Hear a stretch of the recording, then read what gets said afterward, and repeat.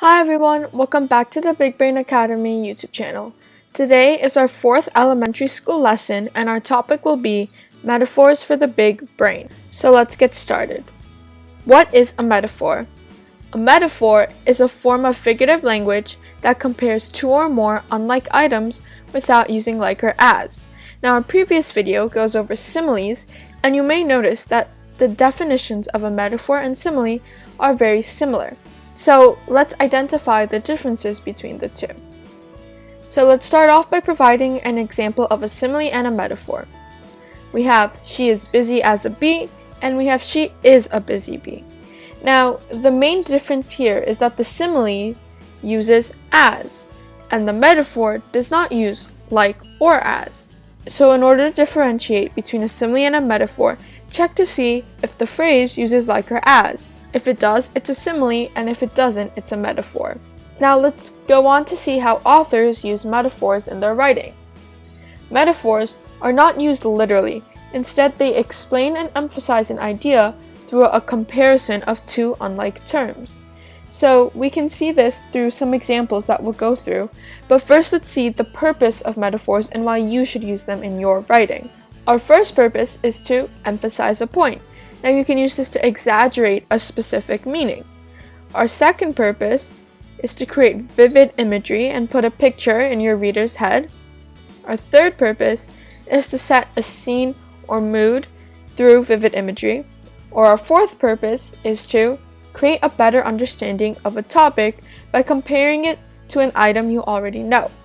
Now the best way to see how these metaphors are put into use is through metaphor examples. So let's get on to our first example, which is she is an early bird. So what does this mean? It means that she tends to wake up early, but it does not mean that she is an actual bird.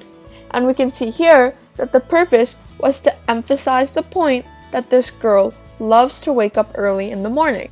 Our second example is her tears were a river flowing down her cheeks. What does it mean? It means that she was crying very hard. What does it not mean?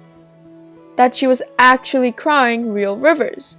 And the purpose is to create vivid imagery to show just how hard this girl was crying and how much a certain action impacted her. Now our third example is the classroom was a zoo. It means that the classroom was chaotic and disorganized. It does not mean that the classroom was made up of real zoo animals. The purpose of this metaphor is to set a scene to show just how chaotic a setting is. Now we have our fourth example, which is her heart is gold. Now what does this mean? It means that she is very generous and nice. But it does not mean that her heart is literally made of real gold.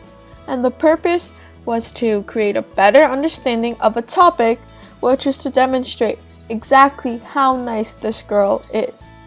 Now that we've seen some examples, be sure to use metaphors in your next writing piece to make it more detailed and interesting. So thank you guys for watching, and please subscribe to our channel for more videos, and if you like this video, please give it a thumbs up and follow us on Instagram and TikTok.